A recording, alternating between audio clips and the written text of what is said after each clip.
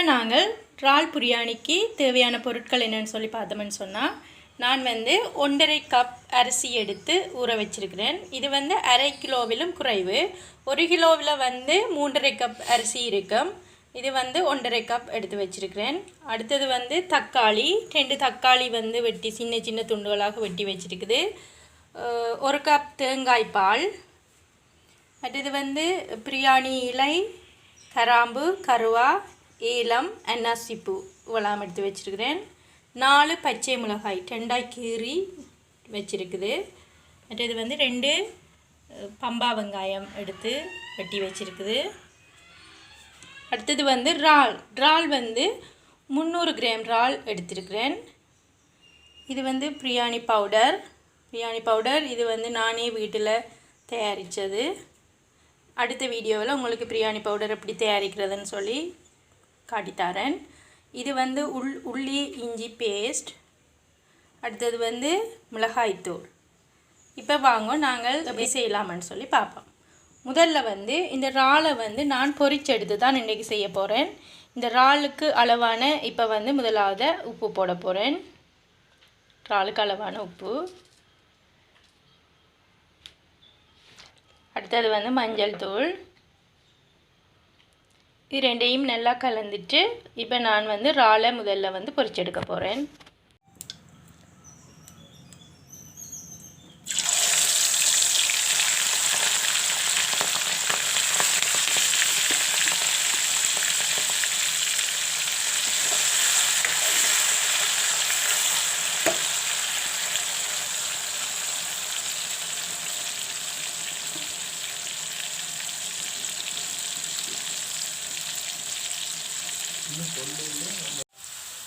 இப்போ இறால் பொரிஞ்சிட்டுது.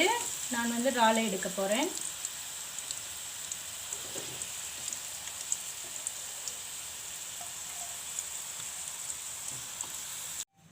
இப்போ அடுப்பில் சட்டி வச்சாச்சு. பிரியாணி செய்கிறதுக்குரிய சட்டி வச்சாச்சுது. இப்போ நான் எண்ணெய் விட போகிறேன். ஒரு 5 மேசக்கரண்டி எண்ணெய் விட போகிறேன். இதுக்குள்ள கருவாப்பட்டை, 2 ஏலக்காய்,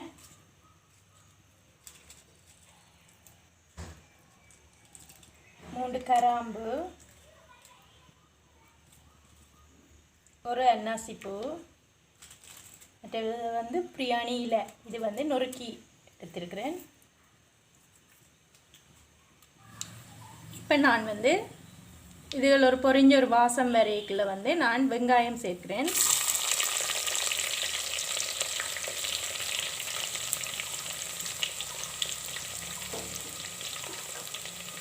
இதோடையே பச்சை மிளகாய்,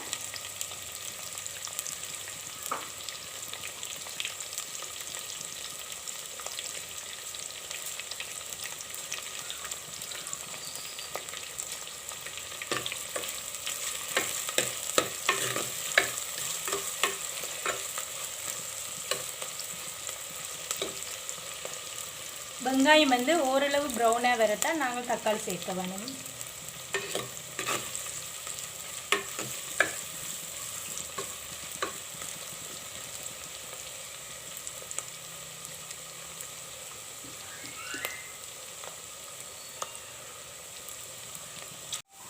இப்போ வெங்காயம் ஓரளவு ப்ரௌனாக வந்துட்டுது.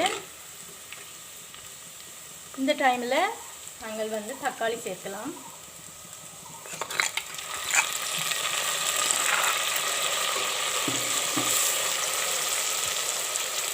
இதோடையே நான் இஞ்சி உள்ளி பேஸ்ட் சேர்க்கிறேன்.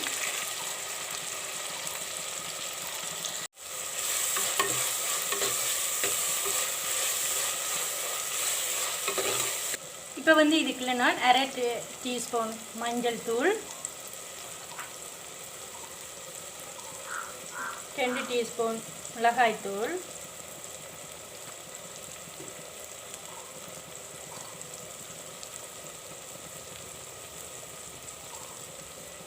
அடுத்ததாக 2 டீஸ்பூன் பிரியாணி மசாலா சேர்க்க போகிறேன்.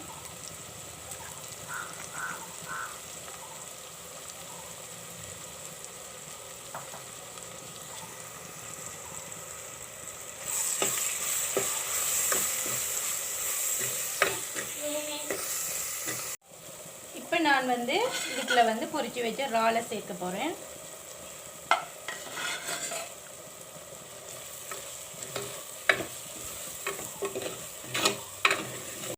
இப்போ வந்து ஊற வச்ச அரிசி போட போகிறோம். ஊற வச்ச அரிசியில் பாருங்க, முதலாவது இறைக்கு தான் இதில் வந்து தண்ணி இருக்குது. நாங்கள் இந்த அரிசிக்கு வந்து 2 இறை வரும் வரைக்கும் தண்ணி விட வேணும். 2வது இறை வரும் வரைக்கும். இதில் வந்து முதலாவது இறை தான் தண்ணி இருக்குது. மிச்சத்துக்கு வந்து நான் பால் சேர்க்க போகிறேன். இப்போ இதை இப்படியே இதுக்குள்ள நான் போட போகிறேன்.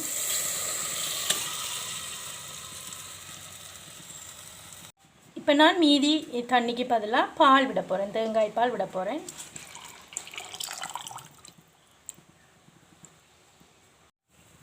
இப்போ நான் வந்து இனி வந்து இவ்வளோத்துக்கும் அளவான உப்பு போட போகிறேன். இப்போ நான் வந்து உப்பு போட்டுட்டு நல்லா கலந்து விட்டுட்டு இருக்கா. இதை வந்து நான் அப்படியே மூடி விட போகிறேன். அடுப்பு வந்து நீங்கள் ஒரு அளவான நெருப்பில் இருக்க வேணும். நல்ல நெருப்பு இருக்கக்கூடாது. நீ வந்து ஒரு அளவான நெருப்பில் வந்து நாங்கள் மூடி விட்டோம்னு சொன்னால் பிரியாணி ரெடி ஆகிடும். இப்போ வந்து பிரியாணி ரெடி ஆகி கொண்டு இருக்குது. இன்னும் ஒரு 5 நிமிஷத்தில் நாங்கள் வந்து பிரியாணியை இறக்கலாம். இப்போ வந்து இறால் பிரியாணி ரெடி. நான் வந்து இதை வந்து இறக்க போகிறேன். இப்போ வந்து நான் இந்த இறால் பிரியாணியை சுட சுட வாழை இலையில் கட்டி வச்சுட்டு தான் இன்றைக்கி நாங்கள் சாப்பிட போகிறோம். இறால் வந்து முதலாவது பொரித்தது, அதே வந்து நல்ல டேஸ்ட்டாக இருக்கும். பொரித்த இறால் வந்து நல்ல டேஸ்ட்டாக இருக்கும். அடுத்தது வந்து இந்த பிரியாணி வந்து மண் சட்டியில் செய்தது, அது வந்து இன்னும் டேஸ்ட்டை கொடுக்கும். அதை விட தேங்காய் பால் விட்டது அதுவும் நல்லா இருக்கும். இனி வந்து நாங்கள் வாழை இலையில் கட்டி சாப்பிட்டோம்னு சொன்னால் அந்த டேஸ்ட்டுக்கு இனியே இல்லை. இன்றைக்கி நான் வந்து வாழை இலையில் கட்டி வச்சுட்டு பெருசாக சாப்பிட போகிறோம். இப்போ வந்து இதுக்கு ஒரு முட்டை வைக்க போகிறேன். பொரித்த முட்டையை வந்து அவிச்சிட்டு மஞ்சள் மிளகுத்தூள் எல்லாம் போட்டு பிரட்டி பொரிச்சு எடுத்துருக்கிறோம். மீன் பொரியல் இவ்வளோ தான் இன்றைக்கி எங்கிட்ட லஞ்ச். இப்போ நான் வந்து இதை மூடி கட்ட போகிறேன்.